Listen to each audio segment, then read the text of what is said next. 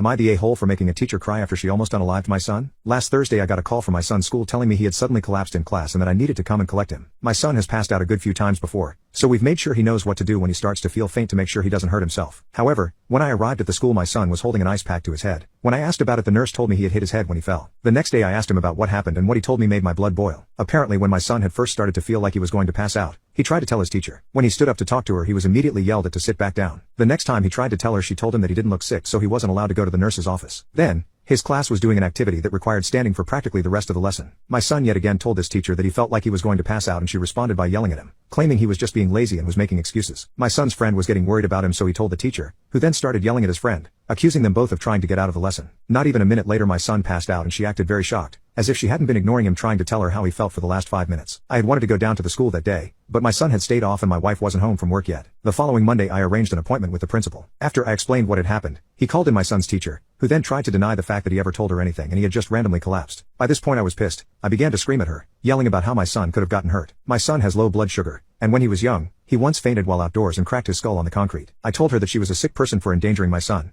and that no responsible adult would act how she did. I was so pissed I hadn't even noticed that she'd started to cry. By that point I was asked to leave by the principal. As of now, I am no longer permitted back onto school property.